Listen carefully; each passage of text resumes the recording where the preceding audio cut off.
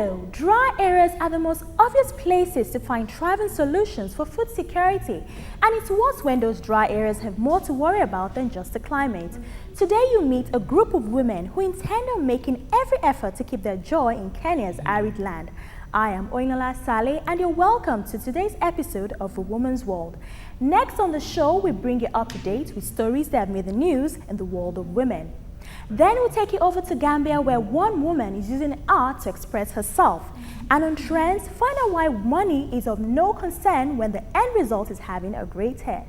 Remember that you can tweet at us at CVC Women's World or get in touch via Facebook, A Woman's World CVC News. We'll love to hear from you.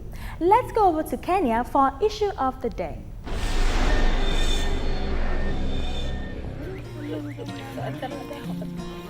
Affording a smile is easy, especially when you know security and nutrition are not a worry. Kinisa women here are almost ready to begin their harvest songs. The skies have been favorable this year.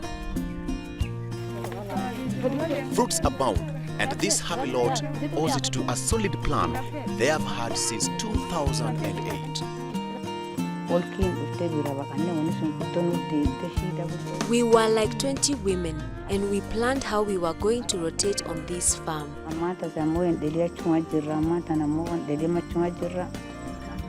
Hadija Ibrahim has been the chairperson of this group since its inception. The women are waiting for the point where they will reap their fruit. At 61 years, Hadija, a mother of 8, is not seeing this kind of growth the first time. When we were expecting our income to be extremely high, the clashes broke out, then we lost everything. Now we are simply starting again. To an outsider, this is beautiful bounty. Well, considering the location of this farm. Kinisa is one of the inhabited areas of Moyale, a county in northern Kenya, the arid zone of the state. Dust storms are common in this district. Locals here rely on availability of rain, pasture and water for their livelihood. Majority are pastoralists. With no permanent rivers and temperatures of up to 37 degrees Celsius, life here is not easy. And it doesn't end there. It was January this year. People came and attacked us. We fled at like 8 p.m. and were wondering where to go because they had surrounded us. Luckily, police came and saved us. We fled to Ethiopia and stayed there for around 4 months and returned. We came back to nothing.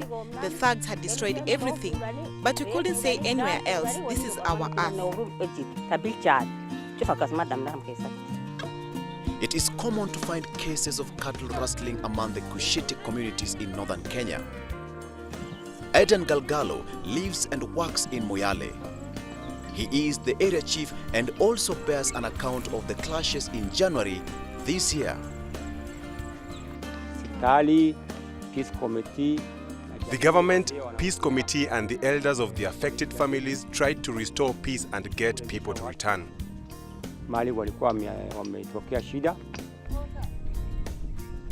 And upon their return, poverty levels increased as many lost their property. Most were unable to bear the cost of feeding their families. They don't have anything. They really live a desperate life. They only depend on relief food, which by the end of the day is not enough for the whole family. The idea is that you explain to them, you sit with them, we explain to them that there is a need to change from their former ways of life. Habida Ada is among those looking for a way out. Our biggest challenge, which is what made us as youth form this group, is unemployment. There is no work here, so we formed it and we can now have income. They call themselves Amiran farmers, and like the women from Kinisa, these youth plant what they hope would replace the economic value of livestock.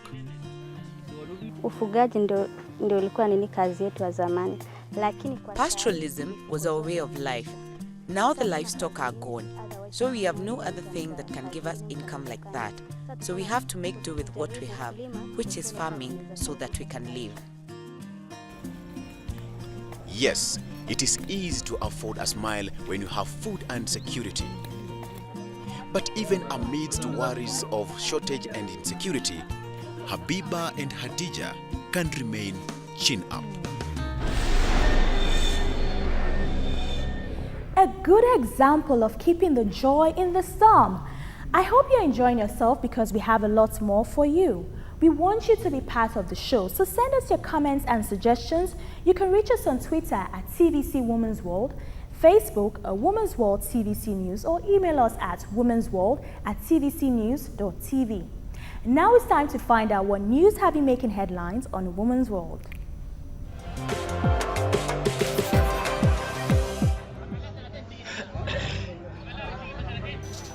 A new video posted on YouTube showing a Sudanese police officer flogging an unidentified woman in public has been criticized. Her crime was wearing trousers under her Islamic clothing. The video makes it the second recording of this kind in the last 2 years. In 2011, a similar YouTube video shot in South Africa attracted widespread condemnation as a woman who was said to have been caught stealing was seen screaming and begging for mercy while security officers laughed as they beat her.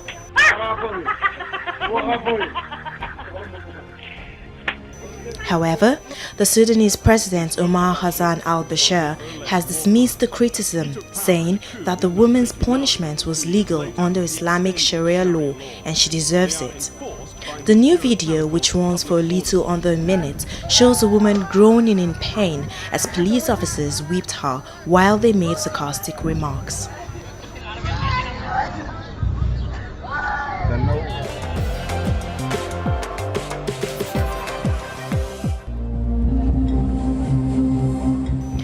Indonesia crowned 21-year-old Nigerian beauty Obabi Aisha Ajibola as World Muslimah 2013 in the world's biggest Muslim country's capital, Jakarta.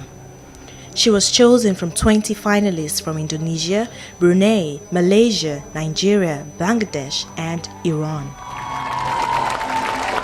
I would win this competition because at first I just see an opportunity for us to bring ourselves to the world and tell them that hijab is not a barrier. I never envisioned that I would ever win this competition, but I thank Almighty Allah. I feel good. Officially named as the third annual Awards World Muslimah 2013 to 2014, the event is an exclusive beauty pageant for Muslim women. Contestants were chosen for their religious abilities, including memorization of the Quran, public speaking, beauty, style, and fashion modeling. The event is held amid controversy of the better-known Miss World pageant being held in Indonesia's island of Bali.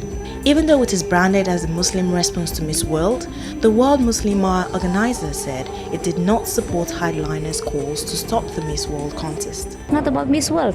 It's about our children deserve any education to balance which one they want to be their future wife. The one who expose the sexual appeal, or the one who put the pious, the intellectuality and the spirituality as is going to be the future wife of them.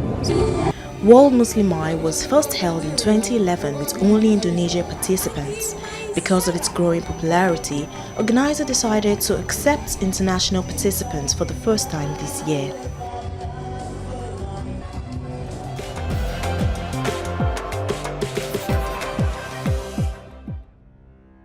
Racist postings floored Twitter as 24-year-old Nina Davuluri became the first Indian American to win the Miss American pageant.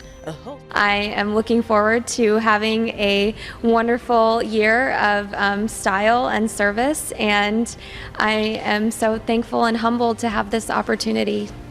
Davuluri, an aspiring physician, said she was grateful for the opportunity. Almost immediately after Devoluri was crowned, a slew of racist messages appeared on Twitter.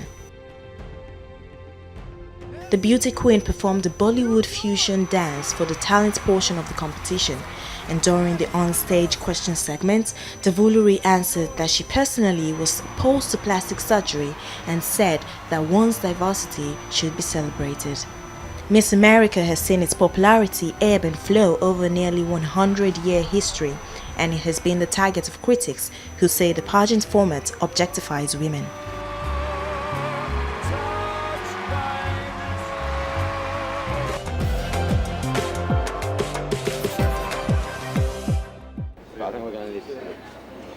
A British judge ruling that a Muslim woman could not give evidence at her trial wearing a full-face veil has sparked debates on whether Britain should follow other European countries and ban Islamic veils in schools and public places.